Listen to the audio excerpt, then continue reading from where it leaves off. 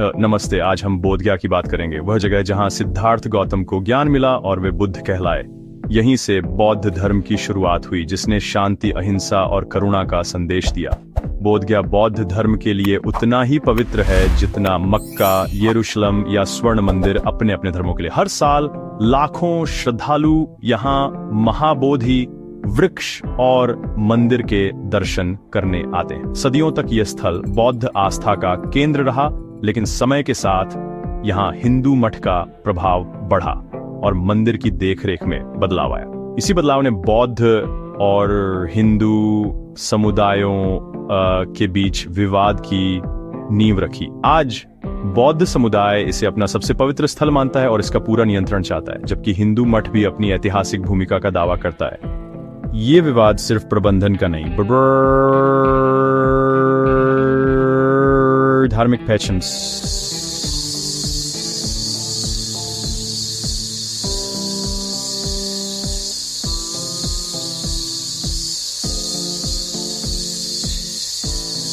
आगे हम जानेंगे कि यह संघर्ष कैसे शुरू हुआ और आज कहां खड़ा है।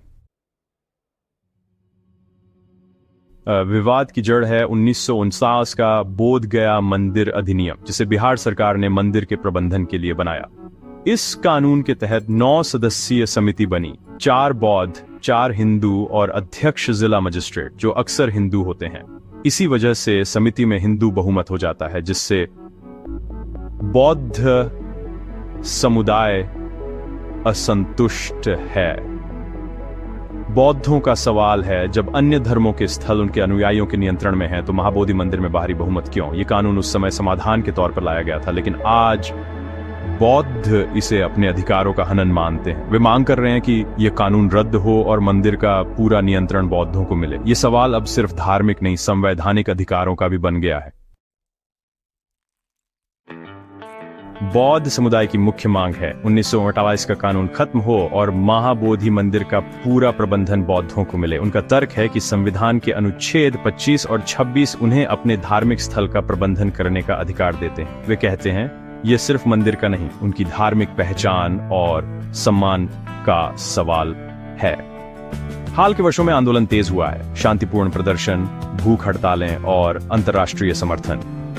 दूसरी ओर हिंदू मठ का कहना है कि उन्होंने सदियों तक मंदिर की रक्षा की है और मौजूदा व्यवस्था हिंदू बौद्ध एकता का प्रतीक है। दोनों पक्षों के दावे और भावनाएं इस विवाद को और जटिल बनाते हैं। दरअसल यही वजह है कि यह मुद्दा लगातार चर्चा में बना हुआ है।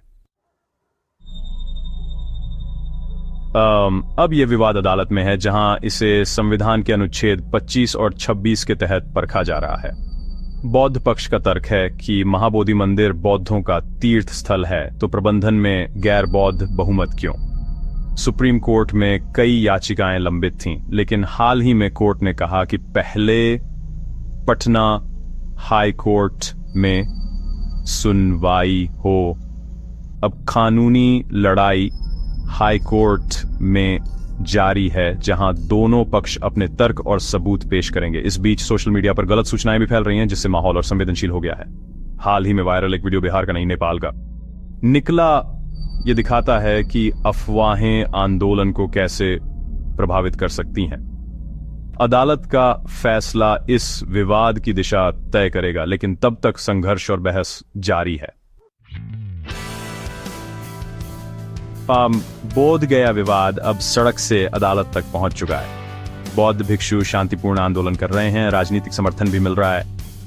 कानूनी लड़ाई पटना हाई कोर्ट में है, जहां यह तय होगा कि 1939 का कानून संविधान के खिलाफ है या नहीं। बौद्ध समुदाय इसे धार्मिक अधिकार और पहचान का सवाल मानता है, जबकि हिंदू मठ इसे ऐतिहासिक जिम्मेदारी और एकता का प्रतीक मानता है। यह विवाद बड़ा सवाल उठाता है। धार्मिक स्थलों का प्रबंधन किसके हाथ में हो, इसका हल सिर्फ कानून नहीं, संवाद और समझ से भी निकलेगा। देखना है क्या सभी पक्षों के लिए स्वीकार्य रास्ता निकले।